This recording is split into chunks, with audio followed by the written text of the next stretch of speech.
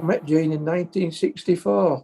I'd been serving at Royal Air Force. I came back to this country on the 27th of December 1963. The following Friday, my brother-in-law says to me, "Why don't you come down to Working Men's Club at Garforth with us for a drink?" And I was sat talking to a couple of his mates in the club. And then this girl walked on scene. I was introduced to her. It went no further than that the first time I met her. So anyway, I went back in the club the following week, met her again. We got talking. I asked if I could walk her home. I met her in the January, engaged in the March, and then we set a wedding date for September the 26th. And from that point, it was a dream marriage. Nothing ever went wrong, as I can recall, out my married life. We'd been together for 50 odd years, and then in spring 2017, she was coming home and getting off the bus, and this chap riding a push bike up the footpath knocked her over, knocked himself off his bike and that. And Jane, being Jane, she was more concerned what would matter with the fella on the bike if he'd hurt himself.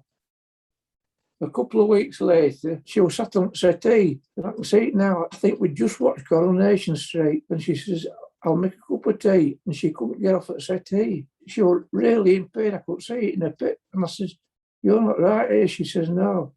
And it resulted in finding 2 broken vertebrae in her back. Anyhow, from there, it gradually got worse and worse. And they were treating her for one thing and another with this pain in her back. And they were doing these scans and that. But she never complained, but I knew there was something wrong. Then in 2019, she found this lump in her breast, and sure enough, it was breast cancer. So they started treating it with various things over a period of weeks, months, and eventually it did result in her having to have oral chemotherapy. But the only thing when she saw the specialist is, "I don't want to lose my hair."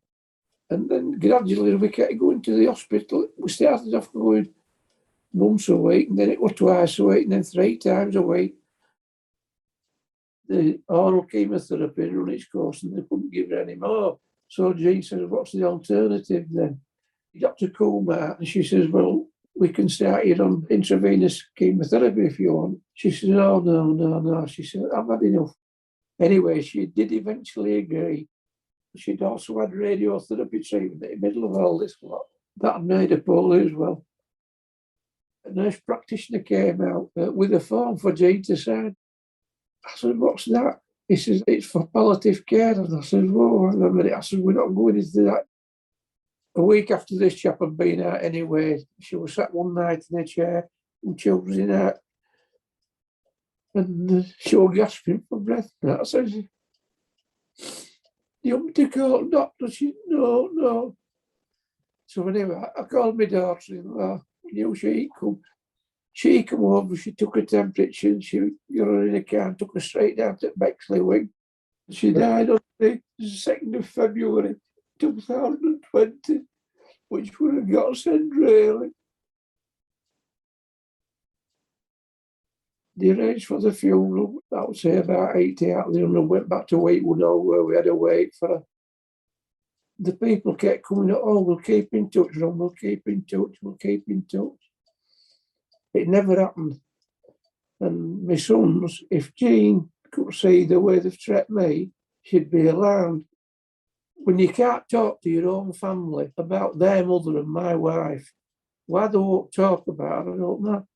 We don't like mentioning my mum's name because it upsets you. That's all I get off them. Very rare to hear from people. I think out of all the lot neighbour-wise, there's only one opposite who I didn't know before Jane died speaks to us now. When you think when we were younger, everybody knew everybody, that's gone. If somebody died up the end of Garforth, you knew about it because Grapevine came down. All that's gone. All that's gone now. It's not there. I think it's just a sign of the times.